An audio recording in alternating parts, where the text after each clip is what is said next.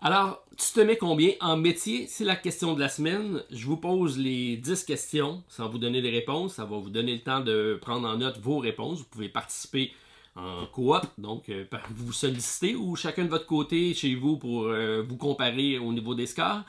Et donc, la question 1 vous donnera 1 point, la question 10, 10 points. C'est ma façon de jouer pour partager avec vous. Sachez que c'est différent dans le jeu de base. On a un plateau et on va avancer selon le degré de difficulté qu'on sera nous-mêmes donné. Donc, en métier, je pourrais décider est-ce que je suis bon ou pas bon en métier. Et peu importe, ça va être le résultat de ma question. Donc, si je décide d'y aller avec 3, qui était ce que je vais suggérer dans la vidéo cette semaine, je réussis à répondre, j'avance de 3. C'est simple comme ça. Mais pour la vidéo ici, je vous pose les 10 questions. 1, vous avez 1 point, 10, vous avez 10 points. Vous accumulez ça, ça vous fait un total sur 55 et ça va vous donner votre degré de compétence en métier. Alors, vous êtes prêts? On y va avec les questions. En 1, pour 1 point, est-ce que c'est le coiffeur ou le chauffeur qui coupe les cheveux?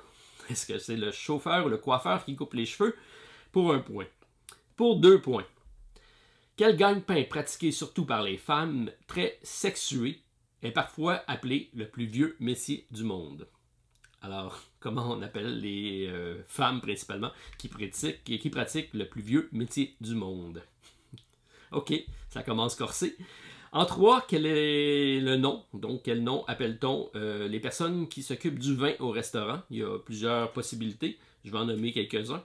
Alors, comment appelle-t-on les responsables de vin au restaurant? En 4, pour 4 points, un embaumeur passe-t-il ses journées avec des enfants, des ordinateurs, des tulipes, des morts ou des profs de technologie? Alors, un embaumeur passe-t-il ses journées avec des enfants, des ordinateurs, des tulipes, des morts ou des professeurs en technologie? Technologie, intriguant. Alors, en 5, ça va peut-être être plus difficile. Alors, quel travail effectue le tanneur? Donc, il travaille quoi exactement, le tanneur? C'est quoi sa fonction? Qu'est-ce qu'il fait? Un tanneur. C'est un métier qui est en voie de disparition, mais j'imagine que vous le connaissez. Alors, quel est le travail du tanneur? Alors, en 6, peut-être un peu plus fantaisiste, qui a tendance à transmuter le plomb en argent ou en or. Donc, on avait comme mission de transmuter le plomb en argent ou en or. C'était durant les grandes œuvres, un peu plus fantaisiste. Alors, en 7, qui a pour mission d'uniformiser les comptes d'une société cotée en bourse pour publication de son rapport annuel. On est dans le très, très pointu. En 7, pour 7 points, qui a pour mission d'uniformiser les comptes d'une compagnie ou d'une société cotée en bourse pour la publication de son rapport annuel. Je pense que je vais être généreux dans mes choix de réponse parce que je trouve ça très pointu. En 8, que peut-on acheter chez un oribusier? Un oribusier. Alors, qu'est-ce qu'on achète chez un oribusier en 8? Vraiment très dur cette semaine. En 9, où travaille souvent un j'ai même de la misère à le lire. Un X-Tic, donc X-Y-S-T-I-Q-U-E. Où travaille un X-Tic? J'en ai aucune idée. Et en 10, je vous le dis tout de suite, ça sera pas plus facile. À quoi sert la torche de Kratz en orthopiste? Tous des termes très familiers. Alors, torche de Kratz, c'est K-R-A-T-Z. Et le métier, c'est orthopiste.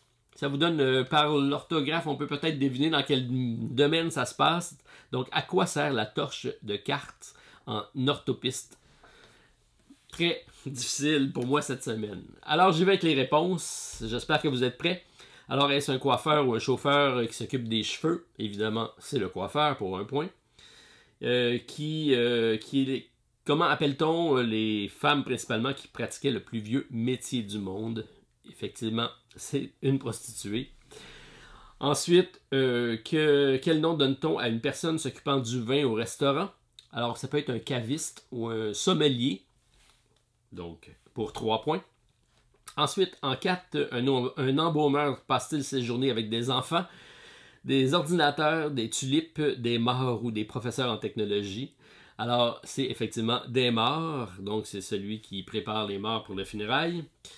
En 5, un vieux métier, que travaille le tanneur? Alors, le travail du tanneur, c'est de travailler les peaux des bêtes, donc de créer pour le cuir, si on veut. On tannait les peaux pour en transformer en cuir. C'était le métier du tanneur.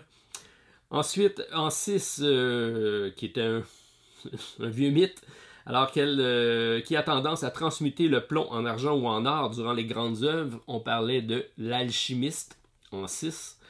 Alors, pour 6 points, l'alchimiste. En 7, qui a pour mission d'uniformiser les comptes d'une société cotée en bourse pour la publication d'un rapport annuel. Ça, j'avoue que je vais vous donner un large éventail de possibilités. Je sais qu'il y en a qui vont me dire, non, c'est pas tout à fait ça, mais c'est pas grave, c'est mes règles. Alors, pour 7 points, la vraie réponse, c'est consolideur. Alors, ceux qui ont dit consolideur, je vous donne 7 points. Et tous ceux qui ont répondu comptable, financier ou quelque chose du genre, je vais vous donner quand même un peu plus la moitié des points. Donc, je vous donne 4 points pour tous ceux qui ont parlé de comptable, de financier, de fiscaliste. Je vous donne 4 points, un peu plus que la moitié. Ensuite, en 8, pour 8 points, que peut-on acheter chez un oribusier? Un oribusier, donc O-R-I-B-U-S-I. I-E-R. Je ne sais pas si je l'avais bien prononcé au début, donc je vous laisse quelques temps corriger votre réponse si ce n'était pas le cas. Et la réponse pour 8 points, c'est des bougies. Alors, on achète des bougies chez l'oribusier. Intéressant. Et l'autre, la 9, vraiment tirée par les cheveux. Où trouve-t-on souvent un istique, donc X-Y-S-T-I-Q-E. Alors, c'est dans un nisque. Oui, aux surprises, qui correspond à une piste couverte d'un gymnase dans l'Antiquité. Donc, dans un gymnase, c'est accepté. Alors, pour 9 points, assez difficile. Et en 10, c'est pas plus facile. Alors, à quoi sert la torche de Kras pour l'orthopiste? L'orthopiste, on peut dire que ça vient de la vue. Alors, ça sert à mesurer la déviation torsionnelle de la vision rapprochée. Très, très pointu. Alors, un instrument de mesure de vision ou de correction de la vue, ou toute réponse qui s'approche de ça, pour moi, c'est accepté pour 10 points. Alors, j'attends de lire vos réponses. Je pense qu'il va y avoir toutes sortes de pointages cette semaine, mais j'ai quand même été large dans mes acceptations. Alors, tu te mets combien en métier? C'était vraiment pas facile cette semaine. Alors, j'attends de vous lire. Bon week-end à tous. Bye.